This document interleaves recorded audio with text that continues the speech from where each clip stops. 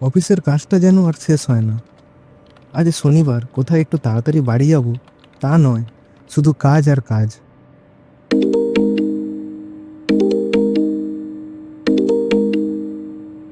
দাদা, দাদা, মায়ের শরীর খুব অসুস্থ। মা তোকে খুব দেখতে চাইছে। তুই যত তাড়াতাড়ি সম্ভব বাড়িতে আয়। আমি এখনো রাখছি। হুম, এখনো অফিসের এতটা কাজ বাকি আছে। তার উপর এখন ঘড়িতে বাজে রাত 8টা। কি যে করি। দিনেশের বাড়ি এক প্রত্যন্ত গ্রাম মেটারিতে। সে কর্মসূত্রে মালদা টাউনে একটি মেসে থাকে। প্রথমে ভাবল পরের দিন ভোরবেলা ট্রেনটা ধরবে। সকালে এলে দুপুরের আগেই বাড়ি পৌঁছাতে পারত। কিন্তু মনটা খচখচ করতে লাগলো। ভাই এতবার বলল মায়ের শরীর ভীষণ খারাপ করেছে, তাকে বড্ড দেখতে চাইছেন। শেষে অফিস থেকে মনস্থির করে মেসে চলে এলো। গোছানোর কিছুই ছিল না। হাত ব্যাগটায় দরকারি জিনিস ভরে নিয়ে যখন বেরালো তখন রাত 9টা বেজে গেছে। এত দেরি হওয়ার কথা ছিল না, কিন্তু তার রুমমেট ননীগোপাল সিনেমায় গিয়েই সব মাটি করে দিল। ও না ফেরা পর্যন্ত বেরোতে পারছিল না। ওকে না বলে বেরোলে চিন্তা করবে, কোথায় গেছে না জেনে বেচারা মহা দুশ্চিন্তায় দিন কাটাবে। ননীগোপাল আসতেই সব বলে বেরিয়ে পড়ল। ননী একটু কিন্তু কিন্তু করছিল। এত রাতে বাড়ি পৌঁছানো ঝামেলা হতে পারে বলে আপত্তি করছিল। দিনেশ তার কথা উড়িয়ে দিয়েছে। বাড়ি যাচ্ছে, তার আবার ভাবনায় কি? সে তো চেনা। একবার ট্রেন থেকে নেমে নদীর ঘাটে যেতে পারলেই হলো। রাতের দিকে গঙ্গার ঘাটে অনেক পানসি নৌকা থাকে, একটু বেশি ভাড়া দিলেই পৌঁছে দেবে। স্টেশনে পা দিয়েই এখন মনে হলো এভাবে না এলেই হয়তো ভালো হতো। এত রাতে যদি নৌকা না পায় তাহলে আর বাড়ি যাওয়া হবে না। দিনেশের বাড়ি মেটারি। তাদের গ্রামটা খুব ছোট। ভালো নাম মাটিয়ারি, জেলা নদিয়া। এপারে বর্ধমান, ওপারে নদিয়া। তাদের গ্রামে যেতে হলে দাইহাটা স্টেশনে নামলে সুবিধা হয়। কিন্তু এত রাতে দাইহাটা থেকে কোনো রিক্সা পাওয়া যাবে না বলে কাটোয়া নামাই স্থির করেছিল দিনেশ। কাটোয়া স্টেশনে রাতের বেলাও রিক্সা পাওয়া যায়। স্টেশনটা যেন ঘুমিয়ে আছে। ট্রেনে যাত্রী বলতে ছিল কিছু হকার। সবাই কাটোয়ায় নেমেছে। এখানে বাকি রাতটুকু কাটিয়ে এরা ডাউন কামরূপ এক্সপ্রেস অথবা ডাউন তিস্তায় ব্যবসা করতে করতে যাবে। সাধারণ যাত্রী বলতে যে আর জনা দুই লোক ছিল। ট্রেন থেকে নেমে তারা যে কোথায় চলে গেল বুঝতেই পারেনি দিনেশ। সে পায়ে পায়ে স্টেশনের বাইরে এসে দাঁড়ালো। স্টেশনের সামনে বেশ কয়েকটা রিক্সা দাঁড়িয়ে আছে। এইসব রিক্সাওয়ালারা রাতের বেলায় রিক্সা চালায়। সকালে অন্য লোকের হাতে রিক্সা চলে যায়। এক রিক্সা নিয়ে দুজনের রুজি রোজগার চলে। একজন দিনে সাওয়ারি টানে, অন্যজন রাতে। কোথায় যাবেন বাবু? হঠাৎ কার কথায় চমকে ওঠে দিনেশ। লোকটাকে দেখতে পাইনি। এদিকটায় অবশ্য আলো কম। স্টেশনের যে আলো তাও গাছের আড়ালে পড়েছে। অন্ধকার থেকেই যেন উঠে এলো লোকটি। দিনেশের বুকটা ধরাস করে কেঁপে উঠেছে। এভাবে অন্ধকার থেকে আচমকা কাউকে কথা বলে বেরিয়ে আসতে দেখলে সকলেরই বুক কাঁপে। যাব গঙ্গার ঘাটে। এত রাতে ঘাটে যাবেন? লোকটি স্নিগ্ধ চোখে দিনেশকে দেখে নিল। তা যাবেন কোথায়? মেটারি। ও। লোকটি এগিয়ে এসে সামনের রিক্সায় হাতল ধরে টেনে আনলো। কিন্তু এত রাতে তো নাও মিলবে না, যাবেন কেমন করে? এ কথাটা অবশ্য ভাবেনি সে। ভেবেছিল পানসি নৌকা পেয়ে যেতে পারে। তবে এই সব রিক্সাওয়ালারাই ঠিক খবর বলতে পারে। এত রাতে কে আর জেগে নৌকা নিয়ে বসে থাকবে? মনটা দমে যায় দিনেশের। এগিয়ে আসে রিক্সার সামনে। লোকটির কাছ থেকে আশ্বাস পাওয়ার আশায় বলল, কিন্তু আমাকে যে যেতেই হবে। একখানা নৌকাও কি পাওয়া যাবে না? অনেক সময় তো পাওয়া যায়, একটু বেশি ভাড়া লাগে, এই যা। সে পেলে আপনার ভাগ্য, রিক্সাওয়ালা নির্বিকারে জবাব দেয়। চলো না দেখি চেষ্টা করে, অনুরোধ করে দিনেশ। বেশ চলেন, তবে আমার ভাড়া 20 টাকা লাগবে। বেশ তাই দেবো, চলো তো দেখি। রিক্সায় উঠে বসে দিনেশ। লোকটি রিক্সার প্যাডেলে চাপ দেয়। স্টেশনের সামনের দিক থেকে ডান দিক ঘুরেই রিক্সা শহরের মধ্যে ঢোকে। শহর এখন ঘুমিয়ে আছে। কোথাও কোনো লোকজনের সাড়া পাওয়া যায় না। পথে দু একটা কুকুর দেখা পাওয়া গেল। এখন বেশ ঠান্ডা পড়েছে। কলকাতার থেকে এখানে ঠান্ডা বেশি। শীতের রাতে তারা খেয়ে কুকুরগুলো একসঙ্গে চিৎকার করে পাশে সরে যায়। গাড়ি থেকে নামার আগেই গায়ে গরম জামা চাপিয়ে নিয়েছিল। এখন ঠান্ডা হাওয়ার বেশ কাঁপুনি লাগছে। যথাসম্ভব হাত পা গুটিয়ে রিক্সার মধ্যে ঠান্ডার হাত থেকে নিজেকে বাঁচাতে চেষ্টা করলো সে। কলকাতায় বোঝাই যায় না এখানে এত ঠান্ডা। মিনিট 10-এর মধ্যে গঙ্গার ঘাটে এসে দাঁড়ালো রিক্সা। গঙ্গার ঘাট শুনশান, কোথাও কেউ জেগে আছে বলে মনে হয় না। রাস্তার পাশের একটা ঘর থেকে খুব খুব খুব কাশির আওয়াজ পেল দীনেশ। না, মানুষ যেন সাড়া পাওয়া যাচ্ছে। রাতের এই গা ছমছম পরিবেশে মানুষের সাড়া পেলে মনে বল পাওয়া যায়। ভাড়া মিটিয়ে ঘাটের দিকে নেমে এলো দীনেশ। রাতটা চাঁদনি জ্যোৎস্নায় ভরে আছে চারিদিক। চাঁদের আলোয় গঙ্গার জল চিকচিক করে কাঁপছে, কিন্তু কোথাও কোনো নৌকোর দেখা নেই। ঘাটের কাছে ফেরি নৌকা বাঁধা, আর কোথাও কিছু নেই। কি করবে দীনেশ ভেবে পায় না। নৌকা না পেলে এই ফেরিঘাটের নৌকাতেই রাত কাটিয়ে দেবে কিনা ভাবে, কিন্তু এই শীতের রাতে খোলা আকাশের নিচে নৌকায় রাত কাটালে অ্যানিমিয়া হয়ে যেতে পারে। অন্য কোথাও কারোর বাড়ির বারান্দায় আশ্রয় নেওয়ার কথা ভাবতে হবে। পায়ে পায়ে ফেরি নৌকায় গিয়ে উঠল দীনেশ। এই রাতে একা তাকে নৌকায় উঠতে দেখলে লোকে চোর ভাবতে পারে, সে এক বিপত্তি। কিন্তু উপায় নেই, বাড়ি যাওয়ার জন্য একবার চেষ্টা তো করতেই হবে। দেখা যাক যদি কোনো নৌকার সন্ধান পাওয়া যায়। ফেরি নৌকায় দাঁড়িয়ে এদিক ওদিক সন্ধানী চোখে ফেলল দীনেশ। চাঁদের আলোয় অনেক দূর পর্যন্ত দেখা যায়, কিন্তু কোথাও কোনো জনমনুষ্যের দেখা নেই। মনে হচ্ছে রাতটা কোথাও কাটিয়ে দিয়ে সকালে বাড়ি ফেরার চেষ্টা করতে হবে। আরে ও কি? ওই তো একটা পানসি নৌকা মনে হয়। খেয়াঘাটের বাঁদিকে অন্ধকারে চোখ পড়তেই একটা পানসি নৌকা দেখতে পায়। অন্ধকারে চোখ সরিয়ে ভালো করে দেখতে চেষ্টা করলো দীনেশ। তাই তো, মনে হচ্ছে নৌকাটার উপরে যেন একটা লোক বসে আছে। ভালো করে দেখার জন্য ফেরি নৌকা থেকে নেমে এগিয়ে গেল সে। হ্যাঁ, একটা লোক বটে। মনটা আশায় দুলে ওঠে। যাক, নৌকা তো পাওয়া গেছে। এবার লোকটাকে যদি রাজি করানো যায়, না হয় একটু বেশি ভাড়া চাইবে, যা চায় দেওয়া যাবে। পায়ে পায়ে ঘাটের দিকে এগিয়ে যায় দীনেশ। নৌকার লোকটি জেগে আছে নাকি বসে বসে ঘুমাচ্ছে কে জানে। সে যা হোক, শেষ চেষ্টা করতে দোষ কি। কে গো নৌকায়? ভাড়া যাবে নাকি? প্রশ্ন করে দীনেশ। তার কথায় লোকটি যেন নড়ে বসলো, কিন্তু কোনো জবাব দিল না। এ কি রে, লোকটি কালা নাকি খুব ঘুমোচ্ছে? এই যে, ও মাঝি ভাই, ভাড়া যাবে? কোথায় যাবেন? একটা ভারী গলায় ভেসে এলো। গলার স্বরটা যেন কেমন হেরে গলা। এমন হেরে গলা যে মানুষের হতে পারে তা না দেখলে বোঝা যায় না। ওসব গলা নিয়ে ভাবলে এখন চলবে না। তাকে যে করে হোক বাড়ি যেতে হবে। মেটারি যাবে? যাব না কেন, বললেই যাব। লোকটি জবাবটা বেশ বাঁকা। রাগ হয় দীনেশের। কথা বলতে শেখেনি নাকি? সে ভাড়া যাওয়ার কথা জিজ্ঞেস করেছে। সোজা কথায় বললেই হয় যাব, তা নয় যত্তসব। যাকগে, ওসব ভেবে লাভ নেই। যেতে যখন চাইছে চলে যাওয়াই ভালো। ওসব ব্যবহারের কথা ভেবে লাভ নেই। কত নেবে ভাড়া? যা দেবেন, দেবেন তো কিছু। এই কেমন ধারা কথা? ভাড়ার কথা জিজ্ঞেস করছে সে। সোজা কথায় জবাব দিলেই হয়। এটা আবার কোনো কথা হয় নাকি? যা দেবেন, দেবেন তো কিছু। সে কি ভাড়া না দিতে চেয়েছে নাকি? ভাড়ার কথাই জানতে চেয়েছে। লোকটা তার একই জবাব দিল। লোকটা বড্ড ঠাট্টা আছে, তা বুঝতে তার কষ্ট হলো না। কিন্তু ওসব ভেবে কোনো লাভ নেই। লোকটি যখন যেতে চাইছে তখন আর ভাবনা কি। তবে ভাড়া না বলাও ওর একটা চাল হতে পারে। বুঝতে পেরেছে এত রাতে যখন যেতে চাইছে তখন ভাড়া দিতে সে কার্পণ্য করবে না, বরং ভাড়া না চাইলেও বেশি পেয়ে যেতে পারে। নৌকায় উঠে বসলো দীনেশ। বসতেই নৌকা ছেড়ে দিল লোকটি। একবার পাক খেয়ে দুলে ওঠে নৌকা। ভাটির টানে চলতে আরম্ভ করলো। গাছের ছায়ায় অন্ধকার থেকে বাইরে আসতেই লোকটিকে দেখতে পেল সে। অবশ্য দেখা না দেখা সমানই। একটা কালো চাদরের লোকটির পা থেকে মাথা পর্যন্ত ঢাকা। হাত দুটি বুঝি চাদরের বাইরে বেরিয়ে হালটাকে চেপে ধরেছে, তা অবশ্য দেখা যায় না।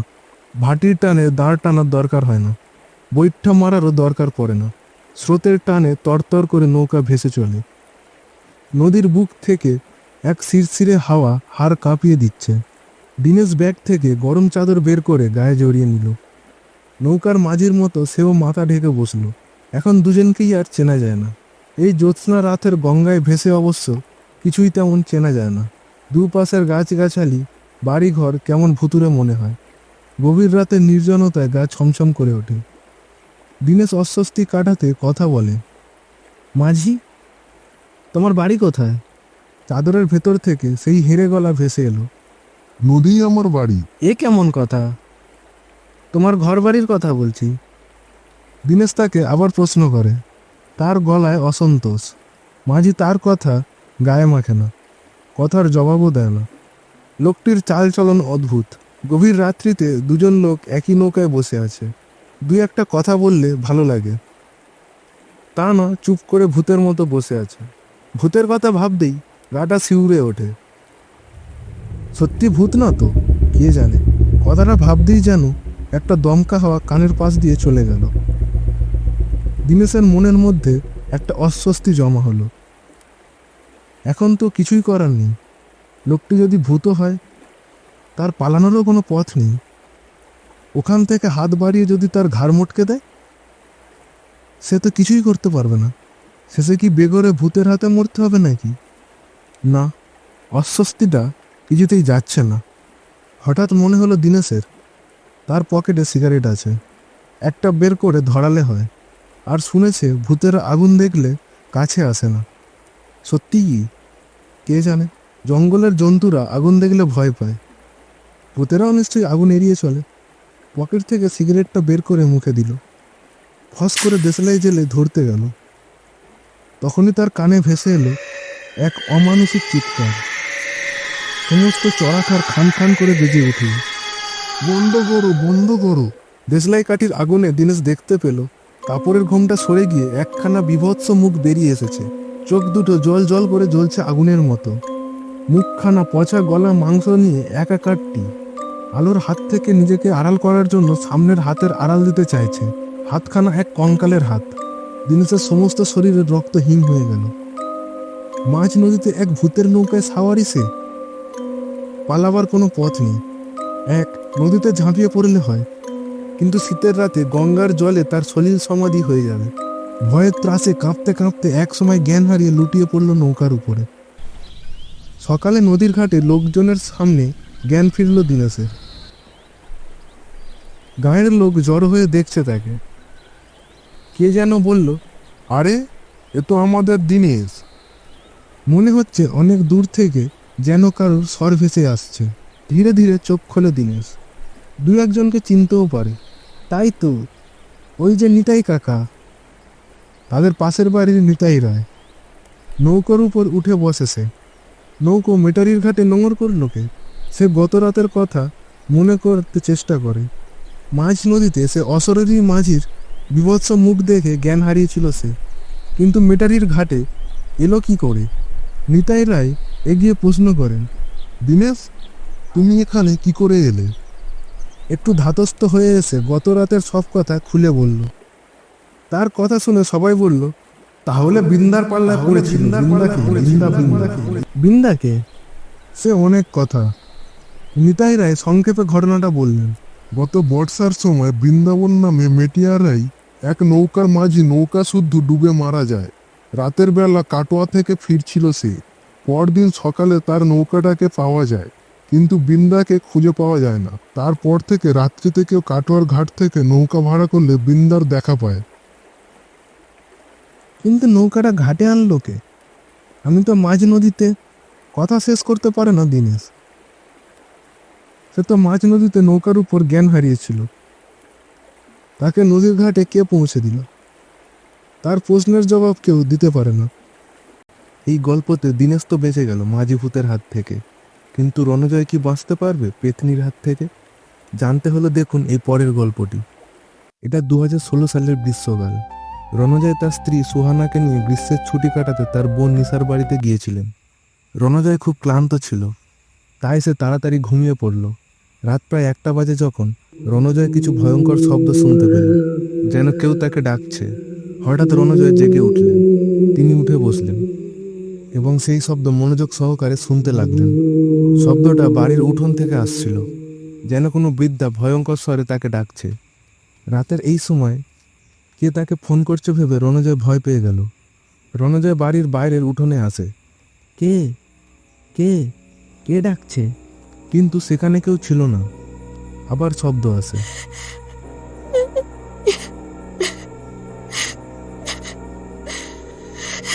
কে ওখানে? কাঁদছো কেন? এগিয়ে এসো।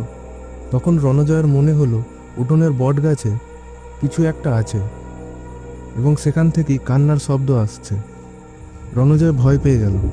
তুমি যেই হও, এগিয়ে এসো। রণজয় ধীরে ধীরে সেই আম গাছের কাছে যেতে লাগলো। তার হৃদস্পন্দন বেড়ে গিয়েছিল। হঠাৎ পিছন থেকে তার কাঁধে একটা হাত পড়ে এবং সে জোরে চিৎকার করে, রণজয়, তুমি এত রাতে বাইরে এখানে কি করছো? দাদা, দাদা, আমি এখানে একজন মহিলার কান্না শুনতে পেলাম। আমাদের বাড়িতে কেউ কাঁদছিল। আরে না না, কেউ নেই এখানে, সব তোমার মনের ভুল। এখন ঘরে যাও, গিয়ে শুয়ে পড়ো। রকি অর্থাৎ তার দাদাবাবু রণজয়কে বোঝালো, আর দুজনে শুতে চলে গেল। পরের দিন রণজয় ও সুহানার বিবাহ বার্ষিকী ছিল। দুজনেই খুব খুশি ছিল। সবাই পার্টির জন্য রেডি হচ্ছিল। সন্ধে হয়ে গিয়েছিল, সবাই খুব মজা করছিল। পার্টির মধ্যে রণজয়ের কেমন একটা লাগছিল। সে বাইরে উঠোনে চলে আসে। আচমকা তার এমন মনে হয় যেন কেউ পিছন থেকে তার পা চেপে ধরেছে। রণজয় জোরে জোরে চেঁচাতে লাগে, আমাকে ছেড়ে দাও, আমাকে ছেড়ে দাও। রণজয় চিৎকার শুনে অন্য লোকেরাও সেখানে আসে। কি হয়েছে রণজয়, তুমি এত জোরে চিৎকার করলে কেন? ওটা ওটা কেউ। এই বলে রণজয় অজ্ঞান হয়ে পড়ে গেলেন। পরের দিন সকালে যখন রণজয় চোখ খুলল, তখন তিনি তার পরিবারের সদস্যদের সব কিছু বললেন। কি রণজয়, তুমি কবে থেকে এত ভীতু হয়ে গেলে? বাচ্চারা নিশ্চয়ই তোমার সাথে মজা করছে, তুমিও? দাদা, আমি মজা করছি না, আমি তোমাকে সত্যিই বলছি। আমি অনেকবার আমার সাথে এই মহিলার উপস্থিতি অনুভব করেছি। ঠিক আছে, তুমি এখন বিশ্রাম নাও, আমরা পরে এ বিষয়ে কথা বলবো। এই বলে সবাই চলে যায় সেখান থেকে। কিন্তু রণজয়ের চোখের সামনে এই সব জিনিস ঘুরপাক খেতে থাকে। তার মনে হতে লাগলো যে সবাই তাকে পাগল ভাবছে এবং এই সব ভাবতে ভাবতে ঘুমিয়ে পড়ল। সেই রাতে ঘড়িতে 1টা বাজতেই রণজয় আবার একই কণ্ঠস্বর শুনতে পান। রণজয়, রণজয়, এদিকে এসো। রণজয়ের চোখ খুলে যায়, কিন্তু এবার সে সাহস সঞ্চয় করে উঠে পড়ে। সে ভাবলো, এবার আমি এই ভূত সম্পর্কে সবাইকে সত্যটা দেখাবো, নইলে সবাই আমাকে পাগল ভাববে। আবার শব্দ ভেসে আসে, রণজয়, এসো রণজয়। যেদিক থেকে শব্দ আসছিল সেদিকে যেতে শুরু করলো রণজয় এবং সেই গাছের কাছে পৌঁছে সে কথা বলল। তুমি কে এবং কেন আমার পিছনে লেগে আছো? আজ আমি সবার সামনে তোমার মুখ উন্মোচন করব। তুমি কে? বলো, কে তুমি? আমি যদি তোমার সামনে আসি তাহলে তুমি আমাকে দেখতে পাবে না। ও মাই গড, ভূত! সে খুব ভয় পেয়ে গেল। তার সামনে গাছে উল্টো করে ঝুলছিল এক ভূত এবং তার চোখ লাল হয়ে গিয়েছিল। তার ভয়ঙ্কর মুখ দেখে রণজয় খুব ভয় পেয়ে তার ঘরে দৌড়ে গেল। সে সারা রাত জেগেই কাটিয়ে দিল। সকালে যখন সে তার বোন এবং তার দাদাবাবুকে পুরো ব্যাপারটা বলল, রণজয়, তুমি কি গতকাল বট গাছে ডাইনি দেখেছো? ওহ ঈশ্বর, এই মহিলা তার মৃত্যুর পরেও সকলকে কষ্ট দিচ্ছেন। কে দিদি? এই মহিলা কেন সবাইকে বিরক্ত করে? সে আমার নাম কিভাবে জানে? সে আমাকে কিভাবে চিনবে? সেই গ্রামের এক বয়স্ক বৃদ্ধা, তার মৃত্যুর 3 মাস হয়ে গেছে। এই বটগাছটি তার খুব পছন্দ ছিল। তার মৃত্যুর পর সে ভূত হয়ে যায় এবং এই বটগাছেই থাকে। সে আমাদেরকেও খুব বিরক্ত করেছে। আমি ভেবেছিলাম তোমরা ভয় পাবে, তাই আমি এটা তোমাদের কাছ থেকে লুকিয়ে রেখেছিলাম। এখন থেকে তোমাদের আর কখনো ওই গাছের কাছে যাওয়া উচিত নয়। সে কিভাবে মারা গেল? উঠোনে তার পা পিছলে যাওয়ার কারণে তার মাথায় গুরুতর আঘাত লাগে এবং সে মারা যায়। রাতে বাইরে বেরানো উচিত নয়, না হলে সে তোমাকেও কষ্ট দেবে। তারপর সেই রাতে রণজয় ঘুমাচ্ছিলেন। তখন মধ্যরাত। রণজয় আবার সেই কণ্ঠস্বর শুনতে শুরু করলেন। রণজয় খুব ভয় পেয়ে গেল। ডাইনি সম্পর্কে তার দাদাবাবু যা বলেছিল তার সব কথা তার মনে পড়ছিল। আজ সে সেই ডাইনির সাথে কথা বলবে এবং তাকে জিজ্ঞাসা করবে কেন সে সবাইকে বিরক্ত করছে।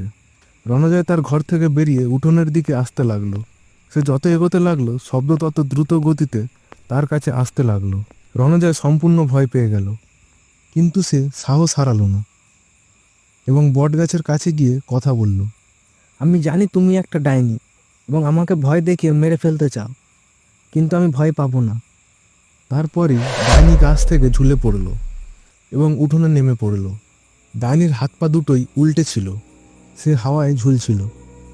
সাদা শাড়ি পরা ডাইনিটি তার চুল খুলে রেখেছিল। এটা দেখতে খুব ভয়ঙ্কর ছিল। তার মুখে রক্ত আর চোখ লাল ছিল।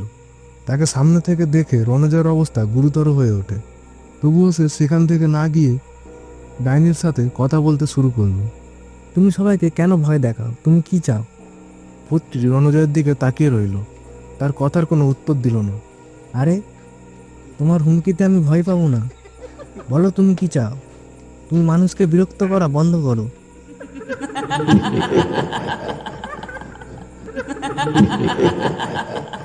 আজ আমি তোমাকে মেরে ফেলবো। তোমাকে মেরে ফেলার পরেই আমি এখান থেকে যাব। ভূতের কথা শুনে রণজয় খুব ভয় পেয়ে গেল এবং ভাবতে লাগলো যে এই ভূত আজ আমাকে মেরে ফেলবে, এবং সে কাঁদতে শুরু করলো। কাঁদতে কাঁদতে সে ভূতকে জিজ্ঞাসা করলো, আমি তোমাকে সবসময় আমার মা মনে করেছি এবং এখনো করি। আমি তোমার কি অন্যায় করেছি যে তুমি আমাকে মেরে ফেলতে চাও? তোমাকে মেরে ফেলবো, তবেই আমার প্রতিশোধ সম্পূর্ণ হবে। তুমি আমার কোনো ক্ষতি করোনি, কিন্তু এই গ্রামের মোড়ল মশাই আমাকে মেরে ফেলেছে। সে আমার ছেলেকেও আমার কাছ থেকে কেড়ে নিয়েছে। আমি এখন তোমাকে মারবো, আত্মা শান্তি পাবে। মোড়ল মশাই কি করেছে? সে আমার ছেলেকে আমার কাছ থেকে কেড়ে নিয়েছে। কিভাবে? সে কি তোমাকে বলেছে আমি কিভাবে মারা গেছি? হ্যাঁ, তুমি উঠোনে পড়ে গিয়েছিলে এবং তোমার মাথায় আঘাত লেগেছিল, যার কারণে তোমার জীবন হারিয়েছো। মিথ্যা মিথ্যা, সে আমাকে সব মিথ্যা বলেছে। সে এটা সবার কাছ থেকে লুকিয়ে রেখেছে। সে আমাকে মেরে ফেলেছে। আমি আমার ছেলেকে মৃত্যুর কথা বলেছিলাম। মোড়ল মশাই কাছে এই সব কথা বললে সে আমার ছেলেকেও মেরে ফেলেছে। তারপর থেকে আমি এই গাছে থাকি, আর এই গ্রামে নূতন কেউ আসলে তাকে মেরে প্রতিশোধ নিই। আজ তোমাকে হত্যা করে আমি আমার মৃত্যু প্রতিশোধ নেব। রণজয় খুব সাহসের সাথে ডাইনির কথা শুনছিলেন। তার কথা শোনার পর মনে হলো যেন রণজয় ডাইনিটির প্রতি সহানুভূতিশীল। তার মনে হলো ডাইনির সাথে কিছু একটা ভুল হয়েছে এবং সে ডাইনির সাথে কথা বলল।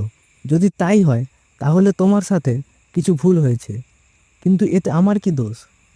তুমি কেন আমাকে হত্যা করতে চাও, যাতে তুমি তোমার মৃত্যুর প্রতিশোধ নিতে পারো? হ্যাঁ, তোমাকে মেরে ফেললেই আমি শান্তি পাবো। ভূতের এই কথাগুলো শুনে রণজয়ের শ্বাস প্রশ্বাস দ্রুত হয়ে গেল, তার হৃদস্পন্দন বেড়ে গেল। তারপর রণজয় ডাইনিকে বলল, যদি আমি তোমাকে ন্যায় বিচার পেতে সাহায্য করি, তাহলে তুমি কি আমাকে জীবিত রেখে যাবে? তুমি আমাকে কিভাবে ন্যায় বিচার দেবে? আমি শুধু প্রতিশোধ নিতেই চাই। ওটা আমার উপর ছেড়ে দাও।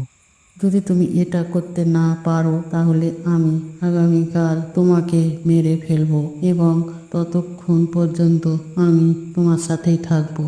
ডাইনির এই কথাগুলো শুনে রণজয়ের স্বস্তি বোধ করলেন। ঠিক আছে, তোমার ইচ্ছা। এই বলে রণজয় তার ঘরে চলে গেল। সকালে রণজয় ভূতের জন্য ন্যায় বিচার পাওয়ার উপায় খুঁজে পেল। সে ভূতটিকে বলল, তুমি কি মোড়ল মশাইয়ের সামনে এইসব কথা বলতে পারো? তারপর আমি আমার মোবাইলে একটা ভিডিও বানাবো এবং তারপর সেই ভিডিওটি পুলিশে দেবো, যাতে তোমার খুনি শাস্তি পায়। আমি এটা করতে পারবো না, কিন্তু আমি তোমার শরীর প্রবেশ করে তোমাকে এই কথাগুলো বলতে পারি। এই বলে রণজয় তার মোবাইলে ভিডিও রেকর্ডিং শুরু করে এবং মোড়ল মশাইয়ের কাছে গিয়ে বলে, পূর্ণচন্দ্র ও হে পূর্ণচন্দ্র। ওর কণ্ঠস্বর বদলে গেছে। রণজয়, তুমি কি পাগল হয়ে গেছো? তুমি এভাবে কথা বলছো কেন? পূর্ণচন্দ্র, আমাকে চিনতে পারছো? পূর্ণচন্দ্র ভয় পেয়ে জোরে চিৎকার করে উঠল, ভূত! এ কথা শুনে সবাই সেখানে গেলেন। রণজয়ের এই রূপ দেখে সেই মানুষগুলো ভয় পেয়ে গেল। আমি সেই ঠাকুমা। আজ আমি এই রণজয়কে মেরে ফেলবো, যেমন তুমি আমাকে মেরেছিলে। না ঠাকুমা, আমাকে ক্ষমা করে দিও, আমি আমার ভুল শুধরে নেব। ঠিক আছে, পুলিশের সামনে তোমার অপরাধ স্বীকার করা উচিত, তবেই আমি রণজয় ছেড়ে দেব। হ্যাঁ হ্যাঁ, আমি এখনই আমার সমস্ত অপরাধ স্বীকার করছি। জায়গার লোভে আমি তোমাকে আর তোমার ছেলেকে খুন করেছি। আমি একটা বড় ভুল করে ফেলেছি। এই বলে পূর্ণচন্দ্র জোরে কাঁদতে শুরু করে এবং তারপর থানায় গিয়ে তার অপরাধ স্বীকার করে। আর এইভাবে ডাইনির আত্মা শান্তি খুঁজে পায় এবং চিরতরে চলে যায়। যদি আপনার এই ভিডিওটি ভালো লেগে থাকে তাহলে এই সিবিএ টুলস চ্যানেলটিকে অবশ্যই সাবস্ক্রাইব করে দেবেন।